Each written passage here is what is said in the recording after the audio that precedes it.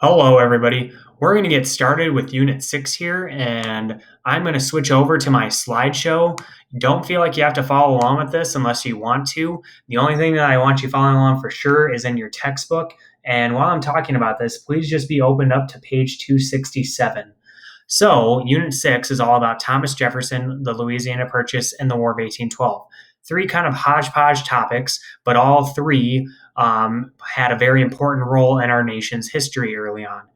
So, objectives I have for this unit, everybody. Hopefully, by the end, you'll be able to identify some major events and decisions of Thomas Jefferson's presidency. You'll be able to identify the effect the Louisiana Purchase had on our country back then and in current times, and that you'll be able to explain the reasons why the United States went to war with Great Britain in 1812 and the effects it had in our country. So, in saying that, this first section that we're going to be looking at the next 2 days, Thomas Jefferson's presidency, his election began a new era in American government. Things were changing. He was kind of seen as a breath of fresh air compared to John Adams. Remember, John Adams was not very popular by the end of his presidency. So, Thomas Jefferson kind of breathed new life into our nation. So, the election of 1800, everybody, the reason we're not reading page 266, just remember, it was the election of 1800 between John Adams and Thomas Jefferson that the American people figured out that our current system of vice president of second place getting to be vice president wasn't working. Thomas Jefferson selected Aaron Burr to be his running mate, and that's where I'm going to start reading on page 267. So, everybody, from the top, when the election results came in, Jefferson and Burr had won 73 electoral votes each to 65 for Adams and 64 for Pinckney. The Democratic Republicans had won the election, but the tie between Jefferson and Burr caused a problem. Under the Constitution at the time, the two candidates with the most votes became president and vice president. The decision went to the House of Representatives as called for in the Constitution. So, everybody, if you're Aaron Burr and you tie with Thomas Jefferson, I don't think you'd say no to possibly becoming president. So this then went to the House of Representatives. And before we continue reading, just to show you an election result map, everybody, those two tied, and you can see by the colors, green Jefferson, pinkish red John Adams. So the problem was they tied. The House of Representatives had to break the tie. So what happened next? Going back to the reading, the House, like the Electoral College, also deadlocked. Days went by as a vote after vote was called, each ending in ties. Exhausted lawmakers put their hands on their desk and slept between votes. Some napped on the floor. So, in saying that, everybody, again, you probably would have not backed out if you were Aaron Burr, but eventually, going back to the reading again, Jefferson finally won on the 36th vote. The election marked the first time that one party had replaced another in power in the United States. So it took 36 times to break this deadlock, everybody.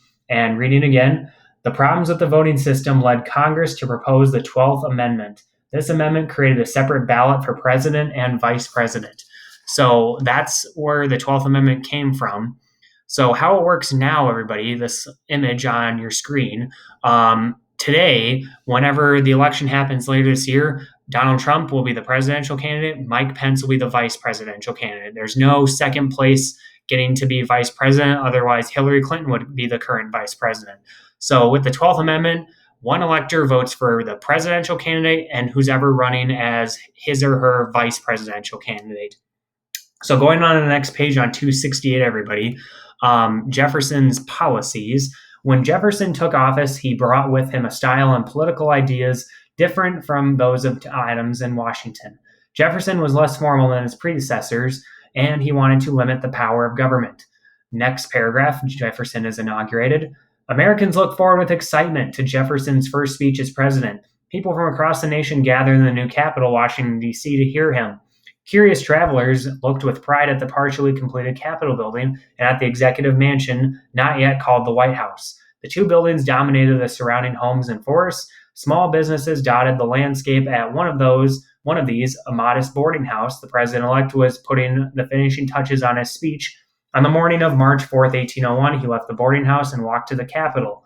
The leader of a republic, Jefferson believed, should not ride in fancy carriages. Jefferson read his speech in a quiet voice. He wanted to make it clear that he supported the will of the majority. He also stressed the need for a limited government and the protection of civil liberties. From these humble surroundings in which Jefferson delivered his speech, Washington eventually grew into a large and impressive city. Over the years, the Capitol and the Executive Mansion were joined by other state buildings and monuments. Jefferson, who had long dreamed of a new national capital that would be independent of the interests in any one state, was pleased to be a part of this process of building a federal city.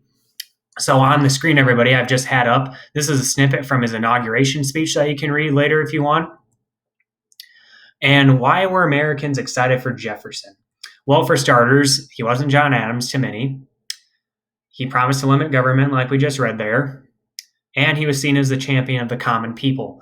Honestly, sort of like Donald Trump was in 2016, where Donald Trump was talking about the American people need somebody that fights for them. And frankly, too, whether you like him or not, everybody, with both Donald Trump and Barack Obama, two kind of opposites, but Barack Obama was seen as the same way in 2008. So things that Jefferson did early on while in office, everybody. I'm going back to the reading Jefferson in office. President Jefferson faced the task of putting his Republican ideas into practice. One of his first actions was to select the members of his cabinet. His choices included James Madison as Secretary of State and Albert Gallatin as Secretary of Treasury. Jefferson would also benefit from the Democratic Republicans' newly won control of both houses of Congress. At Jefferson's urging, Congress allowed the hated Alien and Sedition Acts to expire. Jefferson lowered military spending and reduced the size of the Army. The Navy was cut to 7 active ships. Jefferson and Gallatin hoped that saving the money would allow the government to repay the national debt. Jefferson also asked Gallatin to find ways to get rid of domestic taxes, like the tax on whiskey. The Democratic Republican-led Congress passed the laws needed to carry out these policies. The entire national government in 1801 consisted only of several hundred people. Jefferson preferred to keep it that way. He believed that the primary functions of the federal government were to protect the nation from foreign threats, deliver the mail, and collect custom duties. Jefferson did recognize that some of the Federalist policies, such as the creation of the Bank of the United States, should be kept. Although Jefferson had battled Hamilton over the bank, as president, he agreed to leave it in place. So those are just a few of Jefferson's early things that he did. Tomorrow, Wednesday, you'll be looking at a very important Supreme Court case, Marbury versus Madison. If you have any questions on what we just read, please ask me in a conference call or feel free to email me. But there's one Google Classroom question that you guys will be answering now. Thank you and have a great day.